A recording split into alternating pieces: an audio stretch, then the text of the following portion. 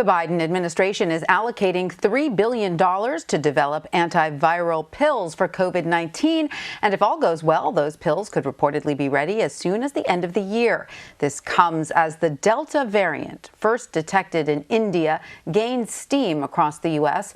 It also comes as the World Health Organization urges fully vaccinated people to continue wearing masks as a protection against this variant. For more, I am joined by Dr. Anthony Fauci. He is the chief medical advisor to President Biden. He also serves as the director of the U.S. National Institute of Allergy and Infectious Diseases. Dr. Fauci, welcome back to CBSN. It's great to see you. Tell us more about this antiviral pill and what it is ultimately designed to do. Well, I better be careful to just respectfully correct one thing. It's not a pill. It's a program.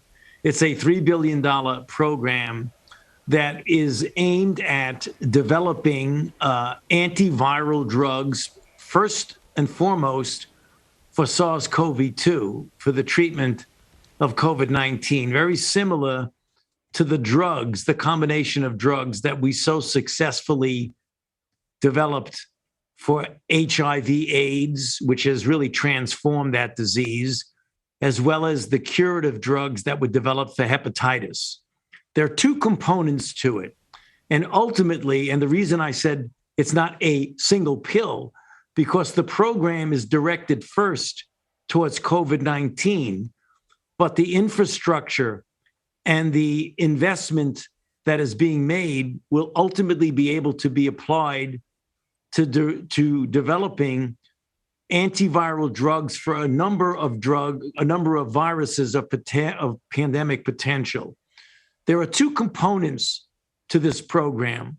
One is the development of drugs that are already at some stage in the pipeline to help develop them by clinical trials, by partnering in a public-private partnership with industry, and by any way that we can to push along drugs that are already in some stage of development.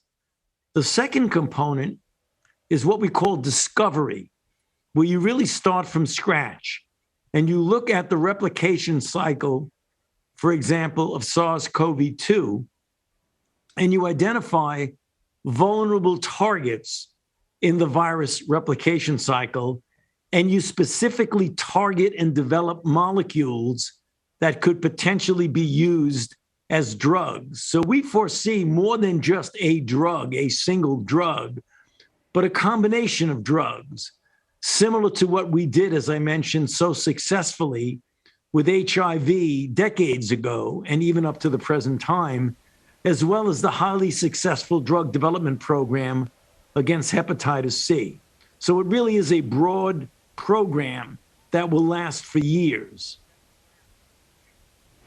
So are these drugs meant to be treatments then once someone has already contracted the virus or a similar, viral infection, or are they also meant to be preventative?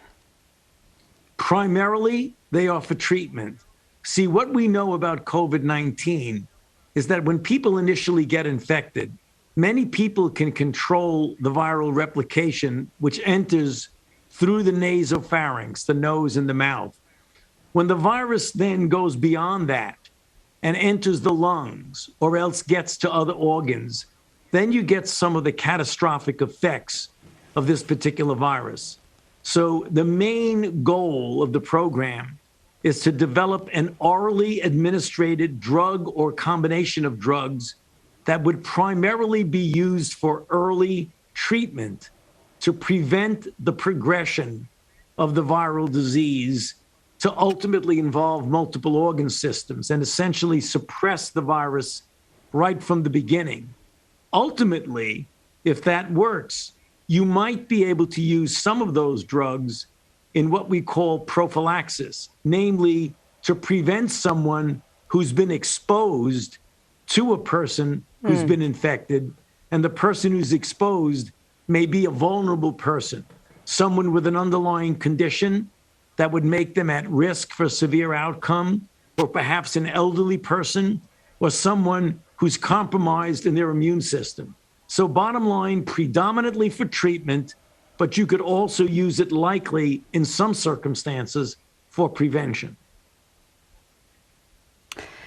And Dr. Fauci, we are obviously carefully monitoring the Delta variant here in the U.S. You have mentioned before that you've been worried about the widening gap here between vaccinated and unvaccinated America. What are your thoughts on that in relation to the Delta variant? Well, I'm quite concerned because, first of all, the Delta variant has the capability of spreading much more efficiently from person to person. It also can cause more severe disease. So there are two things about it that are troublesome. The good news about this is that the vaccines that are used in this country do very well against the Delta variant. For example, some of the ones that are used, the mRNA vaccines, are about 88% protective against symptomatic disease and well over 90% protective against severe disease that might require hospitalization. The problem is that the people who are unvaccinated are at significant risk of a virus that spreads so efficiently, which is the reason why we are out there asking people, almost pleading with them, if you're not vaccinated, please get vaccinated, because we have a highly effective countermeasure against this Delta variant, which is going to become much more dominant, particularly in those regions of the country, those states and cities and counties that are under-vaccinated.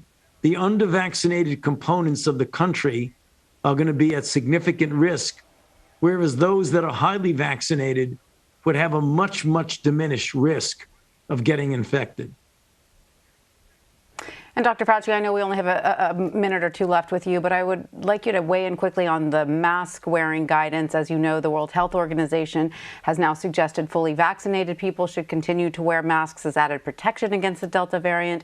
The CDC is standing firm on its guidance, saying vaccinated Americans do not need to wear masks. Where do you stand on this? And if the Delta variant continues to gain steam, do you think we could see a return to mask wearing even for those who are vaccinated? Okay, all good questions. First of all, I think it's important for people to understand that the WHO is responsible for recommendations that involve the entire planet. And as a planet, the planet is under-vaccinated. There are only about 10% of the world are vaccinated. We are a well-vaccinated country for the most part, notwithstanding those pockets of low vaccination that I mentioned. So when WHO says you should wear a mask outdoors and indoors, even if you're vaccinated, that's because there's so much viral dynamics going on in the world. Some places have even less than 10% vaccinated. And so the vaccinated people are really in an environment of a high degree of virus, which increases the risk because no vaccine is 100% effective. And the more vaccine, the more virus that's around you, surrounding you in your environment, the greater risk you have of getting infected, whether or not you're vaccinated or not. So it is not comparable to look at what the WHO is recommending for the planet compared to what we in the United States, which have done generally quite well with vaccinations, why the CDC is remaining with their original recommendation that people who are vaccinated do not need to wear a mask indoor or outdoor. Having said that, the CDC continually monitors the situation, and I'm sure would remain flexible that if any changes are warranted based on the evolving situation, they would then make a change in their recommendation. But right now, it doesn't look that way. It looks like they're going to continue to stay by their original recommendation. Dr. Anthony Fauci, thank you so much for joining us. We appreciate your time. Thank you very much. It's a pleasure being with you. Thank you for having me.